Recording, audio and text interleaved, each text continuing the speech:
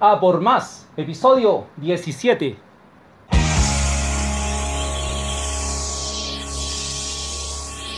Desde Santiago de Chile para todo el mundo,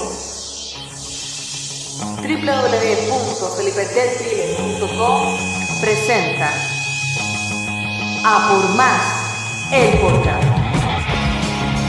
con Felipe, el encardinador de ideas.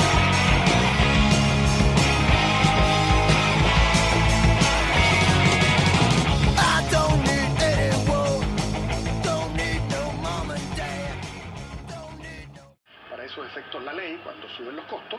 En el caso del metro, que hay más flexibilidad, esa alza de costos se distribuye de manera distinta en los distintos horarios y, por ejemplo, se está rebajando fuertemente el horario valle, de manera que alguien que sale más temprano y toma el metro a las 7 de la mañana tiene la posibilidad de una tarifa más baja que la de hoy.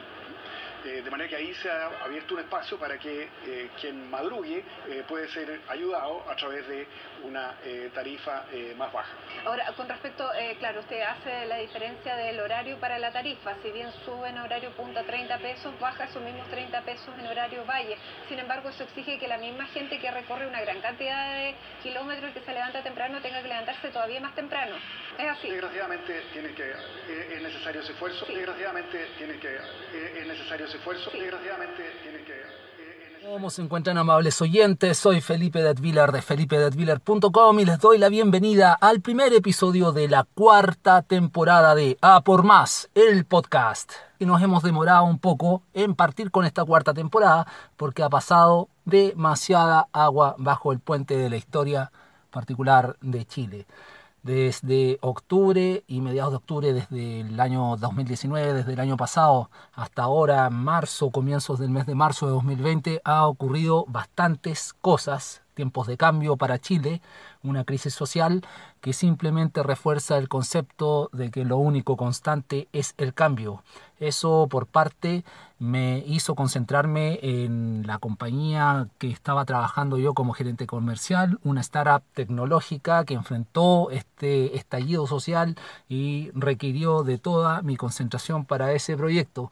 Posteriormente, al finalizar el año 2019, decidí tomar unas vacaciones a comienzos del 2020 para reponer energías e ir con todo, ir a por más este año 2020, y además estaba negociando con un par de compañías como sponsors para esta cuarta temporada de A por Más, el podcast. Afortunadamente puedo dar la bienvenida a Agua Purificada Premium Cristóbal Colón, que nos acompañará desde este episodio y por el resto de la temporada. Así que le agradezco a Agua Cristóbal Colón en confiar en este proyecto que es el podcast, y además de igual forma está confiando en ustedes, amables oyentes, porque este podcast lo hacen ustedes. Así que esas han sido un poquito de las razones de dilatar el comienzo de esta cuarta temporada. Igualmente, el comienzo de esta cuarta temporada quería que fuera en este episodio abordado qué es lo que está ocurriendo en Chile. Me han hecho las preguntas en este intertanto que tomé vacaciones y posterior al final de la tercera temporada, sobre todo al final del año pasado, del año 2019, muchos oyentes desde fuera de Chile me preguntaban, principalmente desde España, Argentina y México también, qué es lo que estaba ocurriendo y si es que lo iba a abordar desde dentro de una de las perspectivas que es la línea editorial de A por Más, el podcast, desde la perspectiva sociológica o económica, probablemente para ver qué está ocurriendo en Chile. Yo no quise, digamos, hacerme el desentendido. Sé que es un tema polémico, me recomendaron mucho ser cuidadoso si es que abordaba esta temática acerca de qué es lo que ocurre en Chile en términos sociales y políticos. Es innegable tener una opinión, pero no voy a politizar este episodio. Creo que no corresponde porque es el camino más fácil, tomar una tendencia y expresar alguna ideología que ya esté instaurada como preconcepto, sino al contrario, tengo el desafío de hacer que este episodio, que va a explicar qué está ocurriendo en Chile, sea lo más objetivo, imparcial y sin ninguna tendencia posible. Para eso, en un acto de humildad, He invitado a este episodio a un doctor en Historia de la Economía de la Universidad de Leiden de Holanda. Él es Diego Barriga Traverso, quien en unos minutos más nos va a acompañar para entender ciertas claves y señales de el origen, qué es lo que está ocurriendo en Chile y hacia dónde va este estallido social. Sin mayor preámbulo, doy por iniciada esta cuarta temporada de A por Más, el podcast. Los invitaré entonces a conocer un poquito qué es lo que está pasando aquí en Chile, contándoles mi experiencia personal, cómo viví ese 18 de octubre en la tarde, donde nadie veía venir cómo iba a desencadenar esto, que todavía nos tiene a todos muy atentos, no solo dentro de Chile, sino a la comunidad internacional. Es cosa de ver las noticias, de saber qué es lo que está ocurriendo en nuestro país respecto a este estallido social. Por lo tanto, después de la mención, los invito a escuchar algunos reportes que yo hice en esos días de agitación. Recuerdo que a partir del día siguiente al estallido social empecé a grabar con mi teléfono mientras iba en el trayecto al trabajo o al final del día un pequeño resumen de lo que pasaba cada día, y escuchándolo todo junto toma sentido al ver que había cierta evolución en las noticias que se producían. Ahorro, salud, comodidad, rendimiento para su familia y negocio. Cristóbal Colón, agua purificada premium. Dispensadores. Ofertas para packs de inicio. Recargas de agua purificada en botellones de 20 litros de capacidad. Síganos en nuestras cuentas de Facebook e Instagram como Cristóbal Colón Agua Premium. Consulte por pedidos y despacho gratuito en el sector oriente de Santiago de Chile. Donde hay agua, hay vida. Cristóbal Colón, agua purificada premium. Pero justamente, ministra, ha generado incluso cierto enojo de la población la respuesta que en su momento dio el ministro de Economía, esto de levantarse temprano. Hay gente que entra a las 9 de la mañana al trabajo, que no se va a despertar 3 horas antes con tal de ahorrarse 80 pesos por tramo. Y quería solamente poner sobre la mesa datos que entrega el Instituto Nacional de Estadística. Del 2010 a la fecha, los sueldos promedio en el Gran Santiago han aumentado en torno al 40%, pero el precio del pasaje del metro ha aumentado entre un 66 y un 72%, muy por sobre el promedio de los sueldos. Y para quienes se estén preguntando qué está pasando en Chile, por qué ocurrió y cuáles son las causas, sobre todo yo creo que son los oyentes que se encuentran en el extranjero, fuera de Chile, que están un poco más distantes y con una imagen preconcebida del modelo chileno, les quiero explicar que si bien el 18 de octubre en la tarde fue una explosión, y les voy a detallar cómo viví ese 18 de octubre, quiero anteceder que fue esa misma semana. Recordamos que el 18 de octubre fue un día viernes, y el viernes en la tarde fue cuando ya todo explotó y se produjo esa combustión espontánea. Pero esa misma semana, el 6 de octubre, anterior a esa semana, el 6 de octubre creo que fue el día clave, porque comenzó a regir un alza en el precio del pasaje del metro, que para referencia costaba cercano a los 800 pesos chilenos, es decir, para los oyentes que se encuentran en el extranjero, eso es casi un euro, casi un dólar, y el alza fue de 30 pesos, es decir, casi 4 centavos de dólar o unos 3 centavos de euro.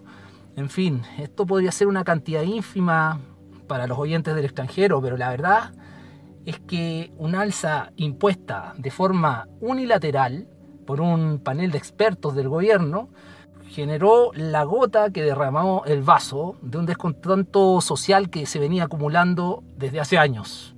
Esto se tradujo en protestas de estudiantes de educación secundaria, quienes pasaron desde la manifestación callejera típica durante esa semana a pasar a la siguiente semana interviniendo las estaciones del metro, con evasiones masivas en los torniquetes de pago, ingresando en unas turbas masas de gente que invadían los andenes después de no haber pagado sus respectivos pasajes. Luego, durante esa semana entre el 9 y el 15 de octubre, la modalidad de protesta rápidamente mutó a la acción directa, enfrentamientos con la policía dentro de las mismas estaciones del metro, haciendo el llamado a organizarse mediante redes sociales principalmente para intervenir estaciones estratégicas que impedían la conectividad y normal funcionamiento del metro de Santiago. De esa forma llegaron a destruir los torniquetes de pago y continuando con la escalada de violentos enfrentamientos con los carabineros, que es la policía uniformada aquí en Chile. La semana siguiente, cada vez más sectores de la sociedad comenzaron a sumarse a estas movilizaciones en un efecto de bola de nieve. Entonces yo quiero compartirles cómo fue mi experiencia, brevemente, cómo fue vivir ese viernes 18 de octubre. Y ese día yo me encontraba trabajando como empleado en una startup de tecnología, como gerente comercial, y en mi equipo a cargo yo tenía varios vendedores que vivían en comunas muy alejadas del lugar donde teníamos la oficina. Y ellos ya demostraban durante la semana problemas para poder llegar a la oficina en transporte público, desde el mismo día en que se habían iniciado las protestas por el alza del pasaje. Incluso uno de los vendedores tuvo una experiencia que me compartió. Él me pidió un día de manera urgente abandonar la oficina porque su hija, una estudiante de educación secundaria, había sido arrestada en una estación del metro cuando había una protesta y se produjo un enfrentamiento con la policía. Y él tuvo que ir a retirarla como apoderado, lógico como su padre, a la comisaría donde la habían llevado. Yo por supuesto lo autoricé y él se fue temiendo mucho por la integridad de su hija. Afortunadamente al día siguiente, lo primero que le pregunté cómo estaba, cómo había salido todo, me confirmó que estaba todo bien con su hija. Teniendo este antecedente, la tarde del viernes 18 de octubre en concreto, yo tenía que salir a hacer un trámite que tenía programado con anticipación a un lugar que quedaba relativamente alejado de la oficina. Por lo tanto tuve que tomar mi auto y así pensé que iba a ser mucho más rápido terminar el trámite y volver a una reunión que ya tenía fijada para las 5 de la tarde. Mi sorpresa fue que al estar conduciendo por la calle no se podía avanzar con el auto en medio del tráfico porque las calles estaban totalmente colapsadas por transeúntes que estaban atestando las calles. Era muy parecido como cuando se celebra el Año Nuevo y hay más gente que autos en las calles. La razón de tanta gente en las calles era que estaban usando ellos el metro subterráneo como pasajeros para devolverse un día viernes en la tarde desde sus trabajos. Y debido a nuevas manifestaciones que se estaban dando ese día, se tuvo que cerrar las estaciones del metro y luego dejar definitivamente suspendido el servicio de transporte subterráneo. Estos miles de pasajeros entonces buscaron lógicamente la alternativa más rápida de desplazamiento, que era la superficie, ocupando y saturando inmediatamente la red de buses de transporte público, el Transantiago. Dado el inmediato colapso de los buses, quedó igualmente una cantidad tremenda de gente que tuvo que seguir caminando por las calles, intentando llegar a sus hogares, caminando kilómetros de distancia. Entendiendo este contexto, día viernes, cansados después de una larga semana de trabajo y extenuados por la larga jornada laboral, los ánimos de manera colectiva se fueron enardeciendo. Lo que yo pude comprobar desde mi auto, donde el tráfico poco y nada avanzaba, debido a que a esa altura ya los transeúntes cruzaban las calles en masa deteniendo el tránsito de los autos, donde algunos conductores trataban de hacerse espacio entre la masa de personas. Estos eran rápidamente acallados con golpes en los vidrios o en la carrocería del auto por una cantidad enorme de gente que pasaba a su lado. Entonces, esa señal a mí me dio la precaución de manejar con cautela mientras podía avanzar para regresarme inmediatamente a la oficina. A esa altura yo ya había asumido que el trámite que tenía programado no lo iba a hacer y simplemente hice una llamada con mi celular para suspenderlo. En el entretanto, súbitamente yo escuché el sonido de las latas trituradas de un auto. Era el sonido de un choque y era el auto de al lado mío que fue chocado por una camioneta que intentó adelantarlo para ocupar su lugar en el tráfico. Entonces se notaba que todos querían llegar a su destino. Tanto los peatones como los conductores ya no estaban respetando el espacio del otro, del de al lado. Lo más patético fue ver que a metros de distancia mío se pusieron a pelear a golpe, a puño, los dos protagonistas del choque. Es decir, que la violencia ya se estaba respirando en el aire. yo iba cada vez con más cuidado, esquivando a muchas personas que también con su cara de cansancio, ya que llevaban caminando grandes distancias, me tocaban el vidrio del auto y me pedían por favor que los dejara subirse al auto para que los acercara a cualquier parte donde yo fuera, y sin ni siquiera yo poderles decir que mi destino era la oficina y que quedaba ahí mismo. Es decir, no era no llevarlos por mala voluntad, la verdad es que yo iba donde estaba ahí pegado en el tráfico. 40 minutos más tarde y sin siquiera haber avanzado ni 1 kilómetro, yo logré retornar a la oficina para justo a la hora incorporarme a la rutina de esa reunión programada que tenía a las 5 de la tarde. Y como si nada estuviese ocurriendo afuera, ya empezamos a enfocarnos en temas de trabajo, en un pipeline, en un forecast, en la facturación, y fue como nublarse. Mientras afuera ya se estaba provocando un caos, adentro se hablaban de cosas completamente de trabajo. A las 7 de la tarde, más o menos, yo salí de la oficina y ya se escuchaban las noticias y era conocido de que la ciudad se estaba revolucionando en ese minuto. Entonces, para evitar el tráfico al que me había enfrentado, tomé la decisión de dejar mi auto en el estacionamiento del edificio donde trabajo y me fui caminando por media hora hasta mi casa, que por suerte no queda para nada lejos de la oficina donde estaba. Mi plan era volver más tarde, devolverme caminando a buscar el auto cuando el tráfico bajara. Esa noche, mientras volvía desde mi casa caminando a buscar el auto al edificio donde trabajaba, me puse a escuchar las noticias en el teléfono y que ya a esa altura estaban informando que se estaba incendiando el edificio de la compañía de electricidad perteneciente a la multinacional italiana Enel, que está ubicado en el centro. Y luego, como extra informativo, empezaron a caer las noticias de que varias estaciones del metro simultáneamente se empezaban a quemar.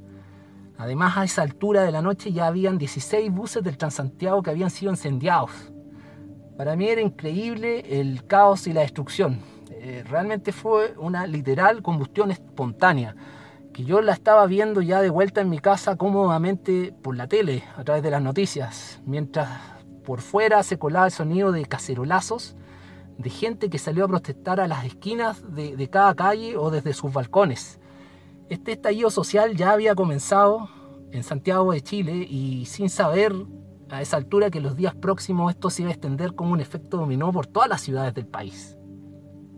A continuación les quiero compartir un compilado de breves audios que fui grabando a partir del sábado 19 de octubre hasta los primeros días de noviembre, donde iba relatando, digamos, lo que yo estaba observando a fin de tener un registro histórico. La verdad no pensé hacer un episodio del podcast, en esos días no sabía en qué iba a terminar, por eso la calidad es muy deficiente, pero sí tienen la propiedad de registrar el relato en el momento en que se estaba desarrollando la acción, días de amplia relevancia y marcaron el punto de inflexión entre un antes y un después de la crisis social en Chile, los que les comparto a continuación.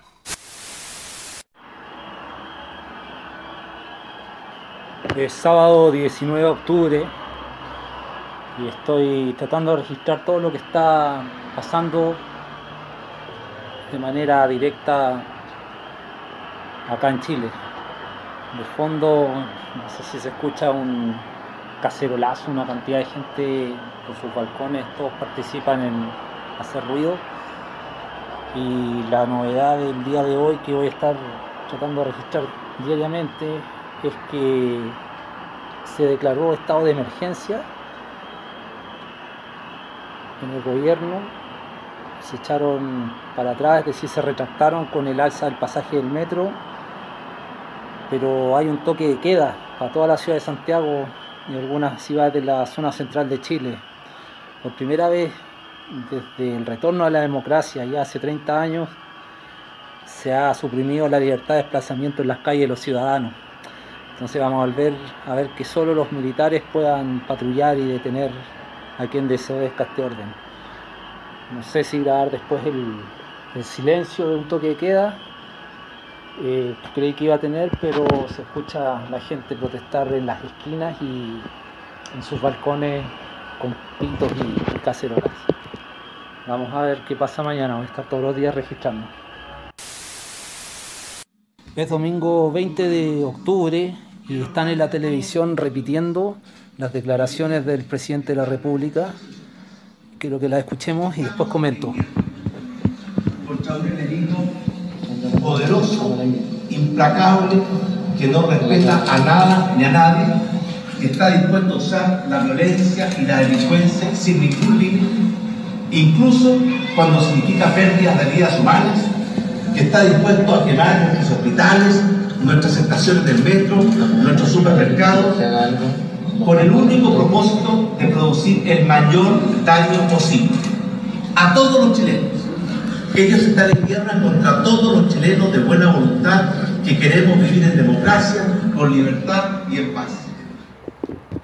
La verdad es que las declaraciones han sido fuertes, las han repetido bastante después de la cadena nacional que hizo, y imagínate, decir que estamos en guerra ya es una declaración que incita a la confrontación. Ya como están los ánimos desde este fin de semana, considero que ha sido fuerte, por decirlo menos. Solamente estoy registrando lo que está ocurriendo en el momento en que está ocurriendo. Es día domingo 20 de octubre y dentro de lo que ha desarrollado desde el día viernes que este estallido social inició, ha habido incendios y saqueos a supermercados en varias ciudades de Chile. Las protestas contra el gobierno ya han explotado, valga la redundancia. Saqueos a supermercados, la infraestructura pública también muy dañada. Han repetido esta noche los dichos del presidente después de su cadena nacional, y también ya hay 3 muertos contabilizados, principalmente relacionados con los incendios de los supermercados saqueados. Y también informan que ha habido 1.500 detenidos por los incidentes. Vamos a ver cómo se viene esta semana. Mañana hay que volver a trabajar y ver cómo se puede dar la vida en este entorno de conflicto.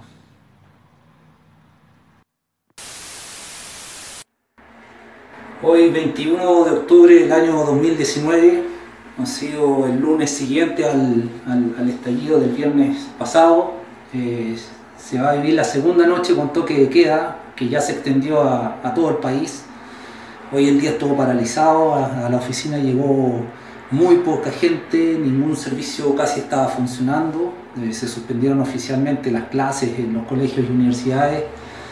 Y como te digo, mucha dificultad para las personas en llegar a sus lugares de trabajo.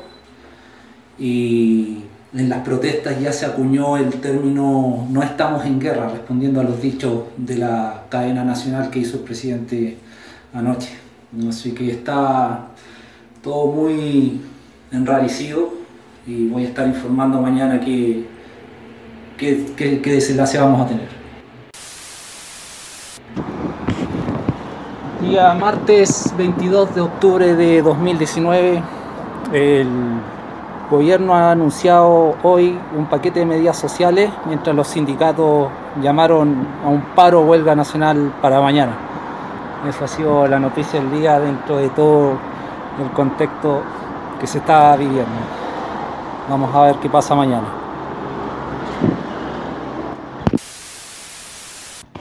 Miércoles 23 de octubre de 2019, hoy día una jornada más de protestas, pero muy masivo. Mucha gente salió a la calle, incluso durante el horario del toque de queda, que no se está respetando.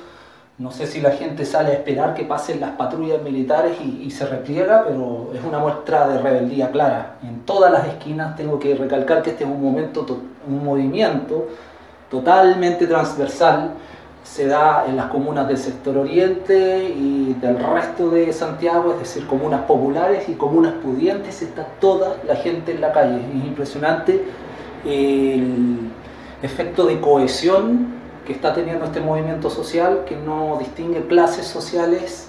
Creo que hay un acuerdo, un sentimiento de unidad que genera, pero tampoco cegarse con eso. Pero es impresionante, no hay polarización hasta el momento, sino al contrario, no veo a nadie que se muestre en contra. Muchos cacerolazos, mucha manifestación en la calle, como te digo, de manera transversal en todas las ciudades de Chile y en todos los sectores de la sociedad. Uno de los gritos principales que se ha escuchado es exigir a los militares que regresen al cuartel, y todos están reclamando que esta es una práctica de tener a los militares en la calle y instaurar un toque de queda que fue muy común en los mismos años durante la dictadura militar de Chile. Vamos a ver cómo se sigue desarrollando esto mañana, jueves.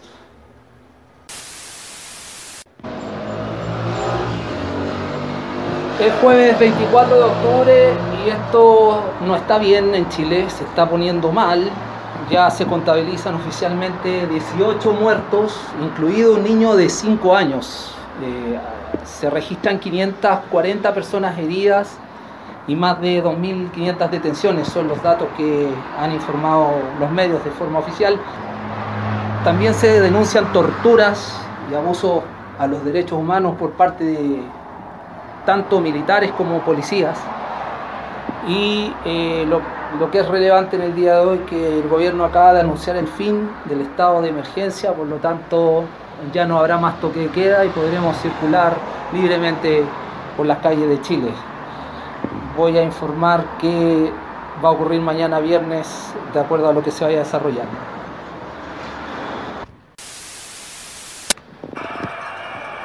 Viernes 25 de octubre, voy de vuelta del trabajo y se está produciendo en este momento en Plaza Italia una marcha pacífica con mucha participación familiar. Las noticias informan que hay más de 1.200.000 personas manifestándose. Dicen que es la marcha más grande de Chile, así fue convocado. Realmente es increíble la cantidad de personas que han acudido a la Plaza Italia para manifestarse. Se ve un tono de cohesión como el que había destacado en días anteriores, todos muy de acuerdo en que las demandas sociales son las mismas, mucha participación de familias y no se ven hasta el momento actos violentistas. 1.200.000 personas o 1.200.000 chilenos convocados en la Plaza Italia. Voy a seguir reportando de acuerdo a lo que se dé en los próximos días. Hoy es sábado 30 de octubre. El gobierno de Chile ha anunciado que la conferencia de la ONU sobre el cambio climático, que estaba programada junto al foro de la PEC, no se va a realizar en Chile debido al riesgo e imagen país.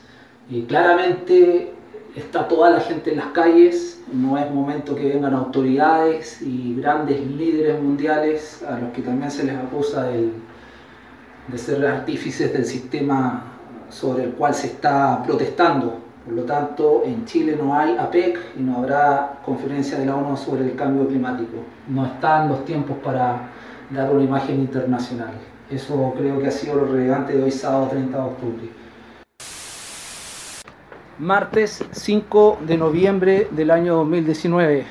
Dentro del contexto de crisis social y posterior a todos los desmanes que han ocurrido y la gran cantidad de carabineros que se han solicitado para estar en las calles, la Conmebol ha anunciado que la final programada de la Copa Libertadores que se iba a jugar acá en Santiago de Chile no se va a hacer acá, por lo tanto no vamos a ser sede de la final de la Copa Libertadores de América.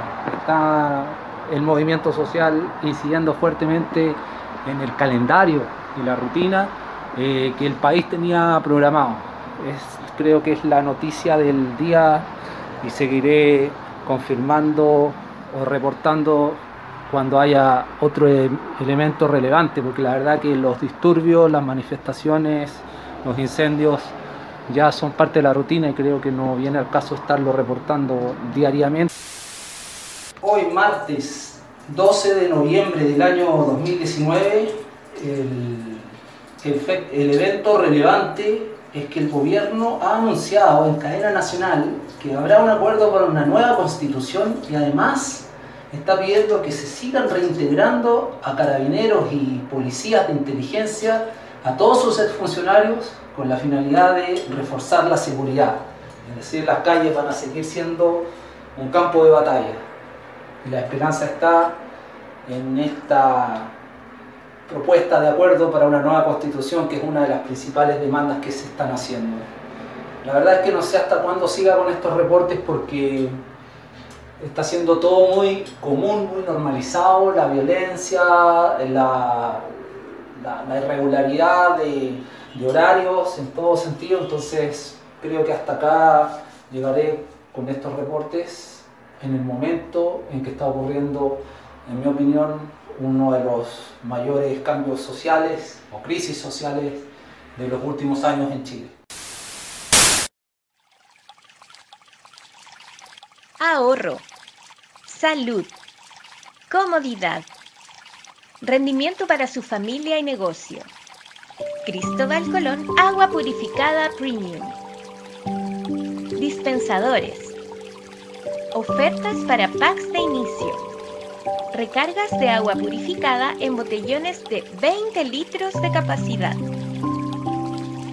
Síganos en nuestras cuentas de Facebook e Instagram como Cristóbal Colón Agua Premium. Consulte por pedidos y despacho gratuito en el sector oriente de Santiago de Chile. Donde hay agua, hay vida. Cristóbal Colón Agua purificada Premium.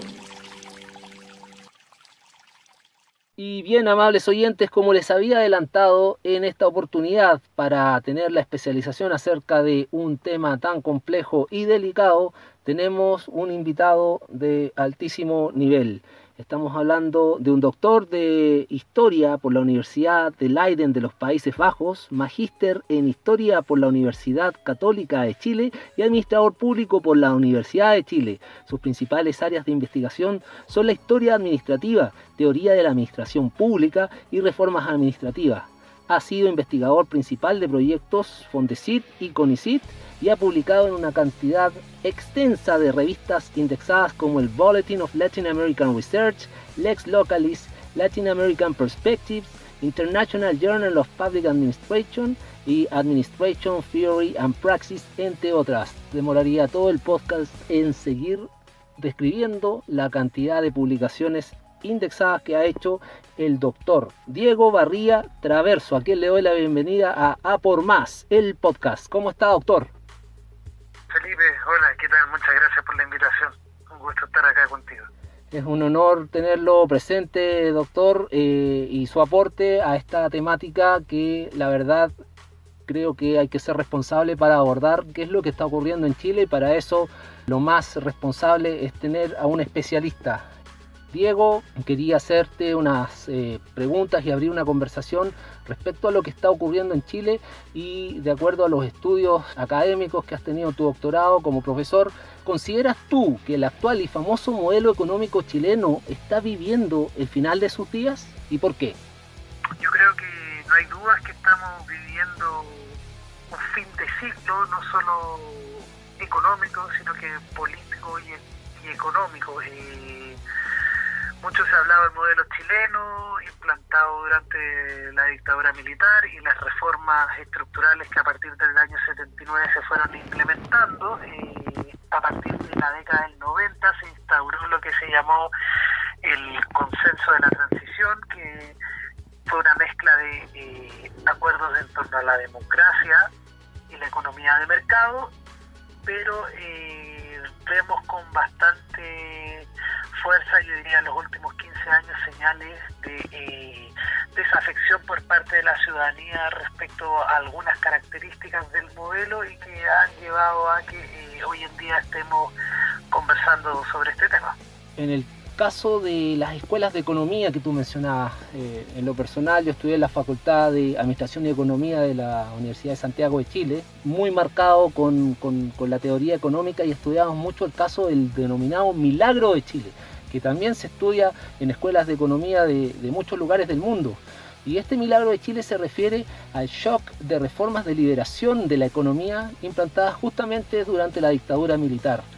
Los indicadores oficiales históricos avalan que estas políticas han reducido efectivamente la desigualdad del país en comparación con otros países de la región.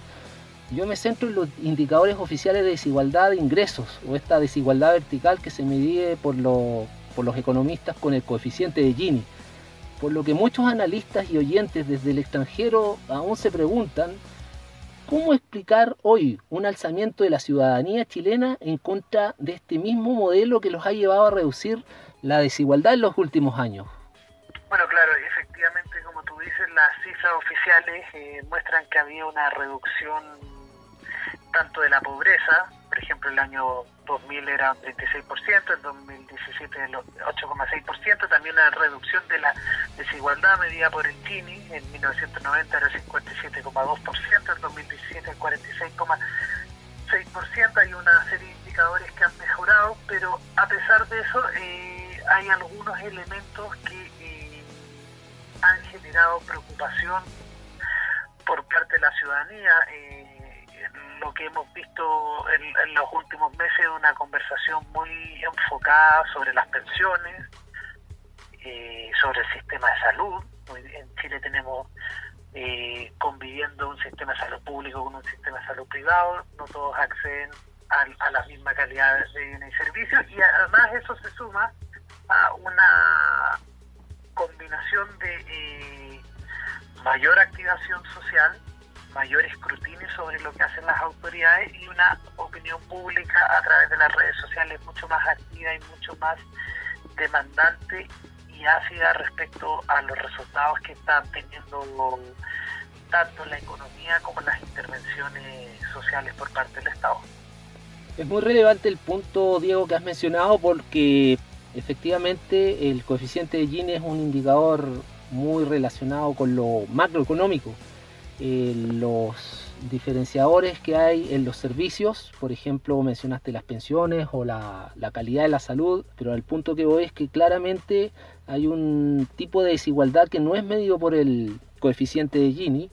De acuerdo a los estudios hay un segundo concepto que sería la desigualdad horizontal, y es una desigualdad que vive gran parte de la ciudadanía respecto a la desigualdad en el trato, una desigualdad en el acceso a bienes públicos como las áreas verdes o lugares de esparcimiento.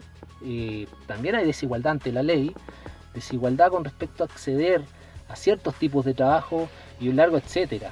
Esto está conceptualizado por una autora que es una filósofa llamada Elizabeth Anderson, y ella lo denomina la desigualdad relacional. Y este es el ámbito donde Chile, al ser parte de la OCDE, está muy mal evaluado, porque ya que la OCDE tiene un índice capturado llamado el Better Life. Entonces también hay un concepto no oficial, digamos, que es altamente preponderante y que no está siendo contemplado dentro del Gini. Y también eso podría ser muy coherente con lo que tú acabas de plantear, Diego. Bueno, claro, cuando uno mira las estadísticas a nivel agregado, claro, ve mejoras en varios ámbitos, pero claro, cuando mira otros indicadores aparecen otras realidades. Por ejemplo, hay una diferenciación muy grande entre ciertas comunas respecto al índice de desarrollo humano. Generalmente se señala que dentro de una misma ciudad podemos tener municipios con servicios de calidad de país nórdico y otros que francamente se acercan a la media de países africanos, y eso es algo que está que yo creo que es parte de la situación que ha llevado a lo que se ha venido a llamar el estallido social. Lo otro, si miras las características que tienen los memes en las redes sociales, claro, hay una sensación por parte de la ciudadanía que hay un trato diferenciado respecto a una serie de situaciones y que la justicia no funciona de igual forma, dependiendo de los contextos sociales de quienes se enfrentan en los procesos judiciales. Entonces, claro, hay más allá del avance en materia económica, que eso es indudable, hay una sensación muy instalada respecto a que hay niveles de desigualdad que no son tolerables más. Y de acuerdo a fenómenos similares y desde tu perspectiva como profesor universitario, como doctor en Historia de la Economía, ¿qué nos puedes decir en el pasado de la historia de la sociedad chilena ¿cuáles serían los orígenes para explicar la actual convulsión social en Chile? Si nos remontamos hacia el pasado de la misma sociedad chilena, encontramos que en la década de 1920 se vivió un proceso que en algunas aristas tiene similitudes con lo que vivimos hoy en día, principalmente la caída del régimen parlamentario que funcionó desde 1891 hasta 1924 y que en 1924 terminó con la intervención de un grupo de militares en el conocido movimiento del ruido de sable de septiembre de 1924, cuando fueron al Congreso a exigir que los parlamentarios avanzaran en una reforma social que había estado estancada durante bastante tiempo.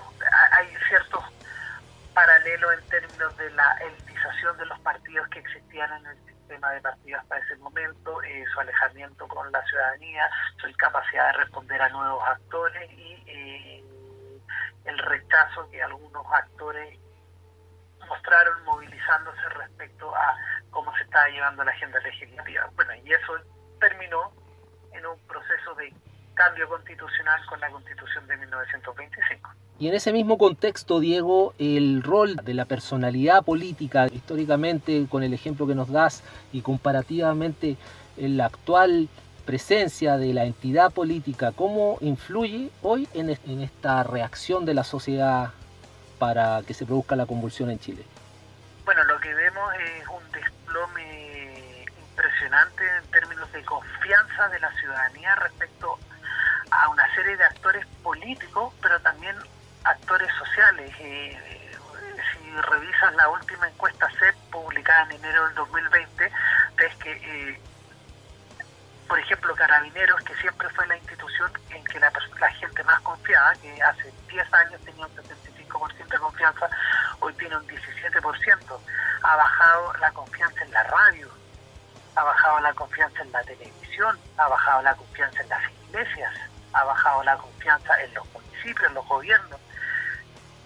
Los partidos políticos siempre han tenido un bajo nivel de confianza, pero en 2002 tenían un 9% y hoy día tienen un 2%. Entonces, lo que tenemos es algo similar ocurre con los tribunales de justicia. Entonces, tenemos una sociedad que ha perdido la confianza. Yo creo que ese es un factor relevante, no solo institucionalmente, sino que también a nivel de interacción social no institucionalizada. Hay un problema, y eso quizás es uno de los grandes desafíos que Chile va a tener que enfrentar, que se refiere a cómo se puede operar, cómo se puede interactuar en una sociedad cuando no se confía en la contraparte. Es relevante el punto de la confianza entre partes, esa confianza no institucionalizada, porque respecto al management de una administración y la influencia que tiene los niveles de confianza entre los colaboradores de una organización, es fundamental para lograr un clima, y ese clima es parte de una cultura, y esa cultura tiene que estar alineada con una estrategia para llegar a lograr objetivos organizacionales. En este sentido, creo que es uno de los mayores desafíos, y por eso es relevante tu comentario, Diego, para un administrador de cualquier organización, saber que exista esa confianza plena, pero entiendo que hay estudios que avalan que la confianza está muy limitada en la interacción no institucionalizada, es decir, hay pocas personas de un entorno donde un individuo, al menos en Chile, puede confiar abiertamente. Claro, bueno, y en referencia a tu planteamiento, volviendo a los clásicos, a los fundamentos de la teoría administrativa, por ejemplo, Frederick Taylor, él plantea que uno de los grandes problemas de la empresa es cómo lograr que los trabajadores cooperaran con los intereses de la organización. Entonces, y eso es un problema que sigue vigente hoy en día. Entonces, claro, no es un problema solamente a nivel político, sino que también es un problema que se deben enfrentar las empresas, el entramado productivo. Hoy en día se discute mucho a cuánto va a llegar el nivel de desempleo como consecuencia de la crisis, y eso obviamente genera incertidumbre dentro de las organizaciones. Y siguiendo el flujo natural desde el aspecto psicológico, que sería la crisis de confianza, al efecto sociológico, te pregunto, que si en este mayor escenario de incertidumbre que se está generando en Chile a raíz de que todo ha aflorado por un movimiento inorgánico, es decir, un movimiento que no tiene un líder definido aún, que logre encauzar la gran cantidad de demandas sociales, ya que los desórdenes y la destrucción que se ha provocado podría tornarse en contra de toda una clase media que logró surgir desde en un nivel de pobreza, pero también aún está temiendo a volver a ese estatus de pobreza.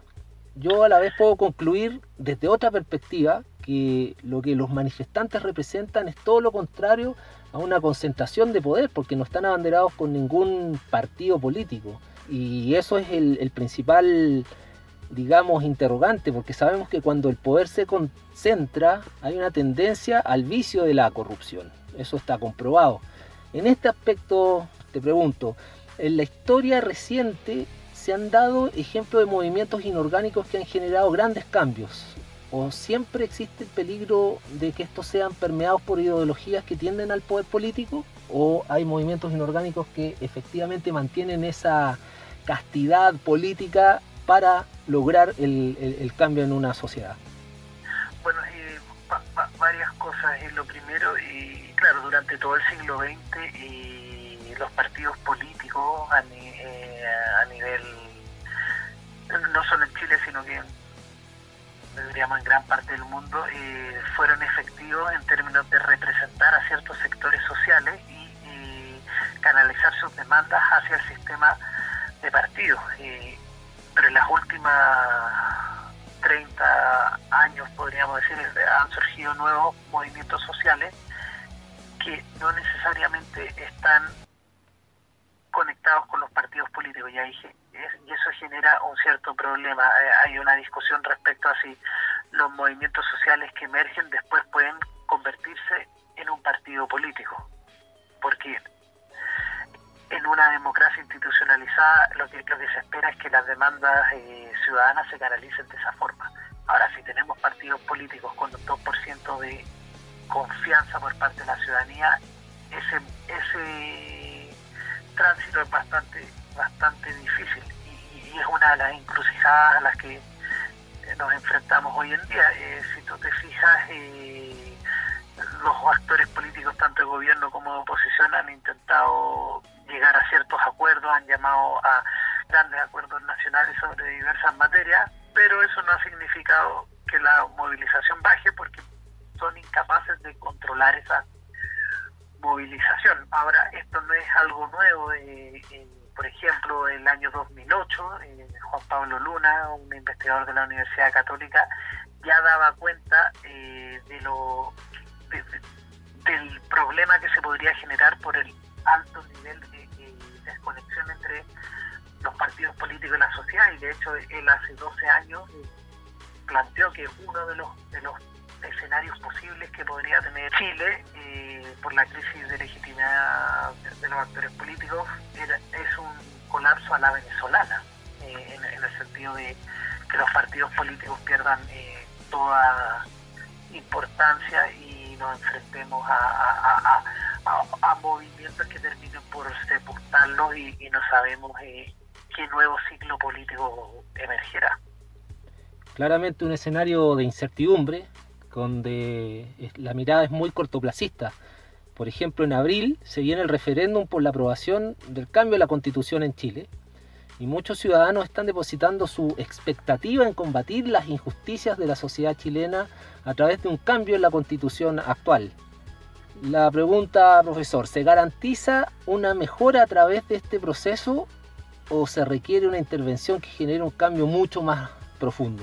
Mira, ese es uno de los grandes debates entre quienes plantean que se debe reformar la Constitución y quienes dicen que en realidad no. Y mira, yo diría lo siguiente: varios cambios que se han intentado realizar en los últimos años en Chile no se han podido materializar porque se ha establecido a través del Tribunal Constitucional que son contrarios a la Constitución. Entonces, en ese sentido, sí, quienes plantean que un cambio constitucional puede generar una mejora en la calidad de vida tienen un punto, porque un cambio en la Constitución puede abrir las puertas para discutir cómo mejorar políticas sociales. Pero la Constitución per se no va a generar esas mejoras. Solo un ejemplo, la Constitución de 1925 estableció una serie de garantías y estableció un nuevo rol para el Estado, pero ese nuevo rol se fue materializando en un periodo de 15, 20 años. Entonces, claro, la Constitución, un cambio constitucional sí puede abrir las puertas para discutir cómo reformar las políticas sociales y la seguridad social a nivel general en Chile, pero la Constitución no va a resolver esos problemas. Sí va a dar el marco de referencia sobre el cual en los próximos años se va a tener que discutir cómo se reforma el sistema de salud, cómo se reforma el sistema de pensiones, qué rol debe tener el Estado, qué tipo de políticas sociales vamos a tener, si vamos a aumentar los subsidios o no, qué tipo de subsidios, qué objetivos, si vamos a seguir con el sistema de concesiones, qué rol van a tener los privados en la prestación de servicios públicos, así una larga lista. Pero la Constitución sí va a dar el marco que va a permitir operacionalizar esas discusiones. Lo que es claro es que con la Constitución actual, varias de esas discusiones no se pueden llevar a cabo, y eso se ha demostrado con una serie de reformas fallidas en los últimos años. Y de acuerdo a tus estudios, el final de este proceso, ¿cuál sería? Bastante incierto, porque uno corre el riesgo de querer profetizar, y ahí muchas veces se mezcla lo que uno piensa con lo que uno quiere. Yo creo que lo que sí es claro es que muy probablemente vamos a tener un proceso constituyente, muy probablemente vamos a tener una constitución de aquí a 2 años más. Esa nueva constitución va a establecer ciertos principios, y yo creo que el gran desafío es que se puedan lograr acuerdos por parte de los actores políticos sobre las materias que la ciudadanía está demandando, y que lo puedan hacer de forma tal que logren legitimar esos nuevos esquemas de seguridad social, porque el gran riesgo y el gran fracaso al que nos podríamos enfrentar es que cambiemos la Constitución, se avance hacia nuevos sistemas de seguridad social, pero desde un inicio esos nuevos esquemas carezcan de legitimidad, que es un riesgo porque, como hemos venido conversando, hay un problema de confianza muy grande, y no se ve que los actores políticos estén avanzando de forma decidida y de forma virtuosa para volver a obtener la confianza de la ciudadanía. Es la opinión del doctor en Historia de la Economía de la Universidad de Leiden de los Países Bajos, Diego Barría Traverso. Diego, te agradezco muchísimo tu gran aporte muy concreto en tratar de ayudar a mí, primero que todo, y a compartir con los amables oyentes una seña del contexto histórico, porque quiero pensar que estamos viviendo una etapa de un punto de inflexión. Esto va a marcar un antes y un después en la historia económica de Chile, y estamos siendo partes y protagonistas como ciudadanos de este proceso.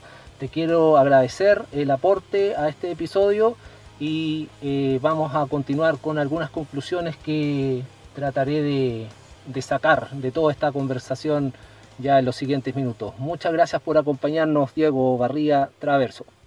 Gracias a ti, Felipe, un gusto, y hasta la próxima.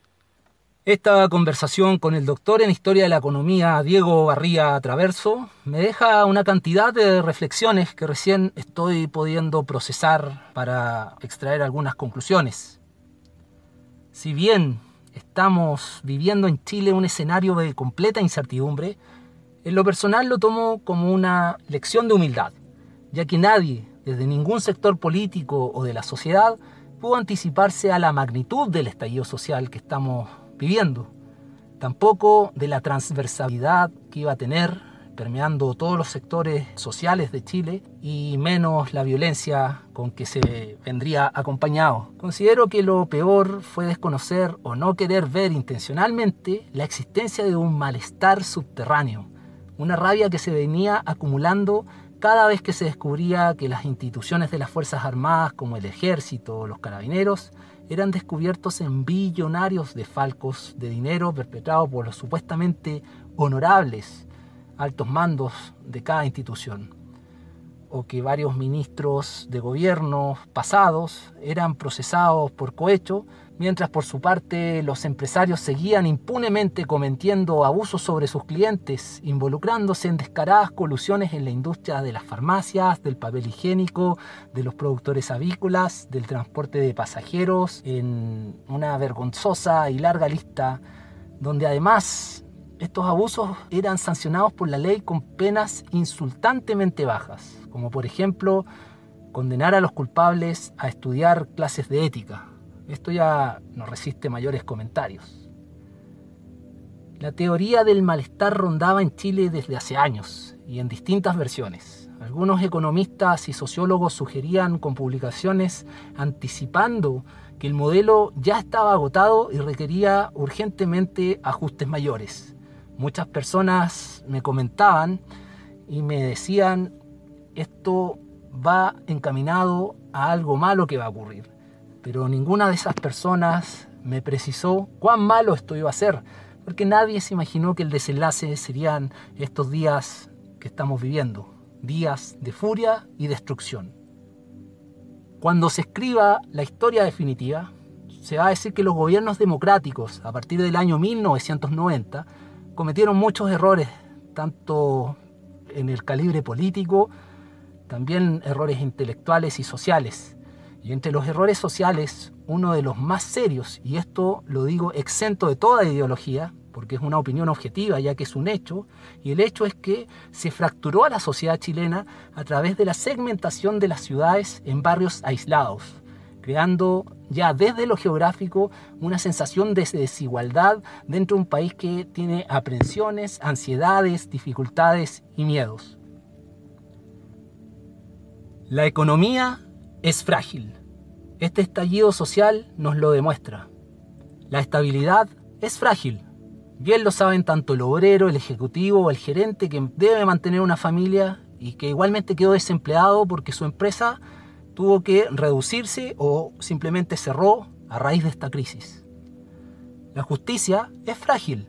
Bien lo sabe el microempresario o el emprendedor que nunca gozó de algún beneficio o privilegio porque es un pyme que incluso está 100% de acuerdo con las demandas sociales y a pesar de ello, aún así, perdió en cosa de minutos el esfuerzo, sacrificio y trabajo de años, puesto que su pequeño negocio fue saqueado, destruido o incendiado por una turba cegada por el odio y el vandalismo.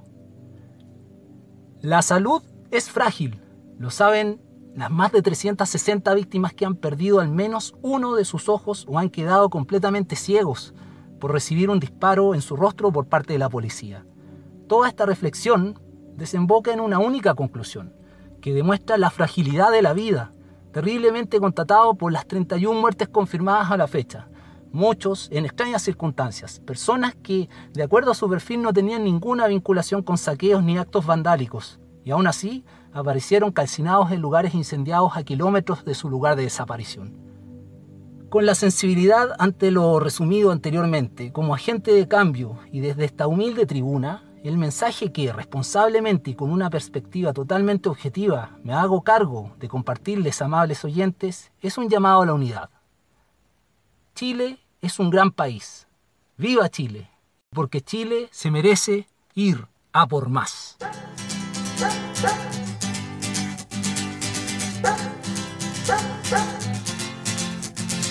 Es otra noche más de caminar, es otro fin de mes sin novedad.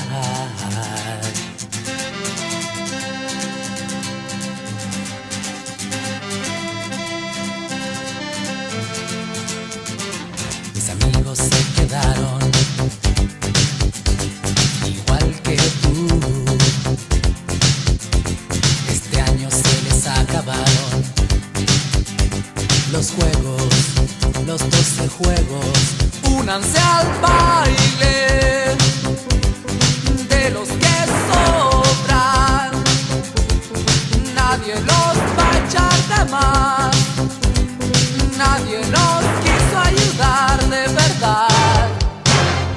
nos dijeron cuando chicos jueguen a estudiar